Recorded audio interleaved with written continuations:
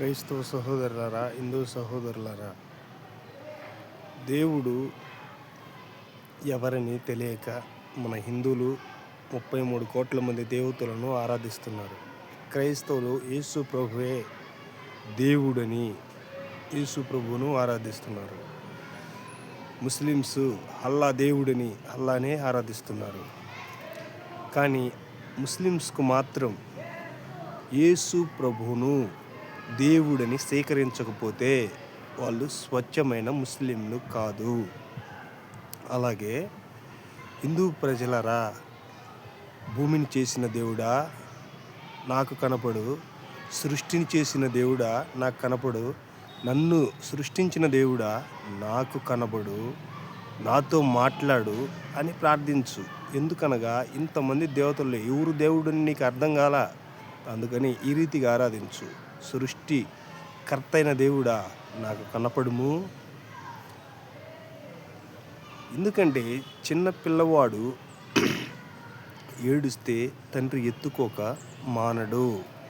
ఆ రీతిగా మనము కూడా, ఓ దేవుడా, నన్ను సృష్టించిన దేవుడా నాకు కనబడు అని నీవు ఊర్లో ప్రజలలో ఉండి మాట్లాడాలంటే, అడగాలంటే నీకు బాధగా ఉంటుంది కనుక అడవిలోకి వెళ్ళి, ఒక చేలోకి వెళ్ళి మోకరించి, సృష్టిని చేసిన దేవుడా నాకు కనబడు, మనుషులను చేసిన దేవుడా నాకు కనపడు, మనుషులకు ఆలోచన ఇచ్చిన దేవుడా నాకు కనబడు, మనుషులకు కనులనిచ్చిన దేవుడా నాకు కనబడు, పక్షులకు కనులనిచ్చిన దేవుడా నాకు కనబడు, మనుషులకు జీవులకు ప్రేమనిచ్చిన దేవుడా నాకు కనబడు, నాకు కనబడు అని నీవు ఎప్పుడైతే కళ్ళు మూసుకొని మోకరించి మొర్ర పెడతావో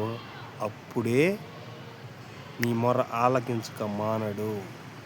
తండ్రి నీ పిల్లవాడు ఏడుస్తే ఎలా ఎత్తుకుంటున్నాడో అలాగా దేవుడు కూడా మనల్ని సృష్టించాడు కనుక మనకు తండ్రి దేవుడై ఉన్నాడు. దేవుడే మనల్ని ఎత్తుకుంటాడు, కనబడతాడు.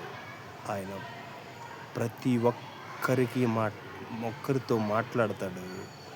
ఆయన జ్ఞానమిచ్చువాడు, ప్రతి మనిషికి జ్ఞానమునిచ్చువాడు.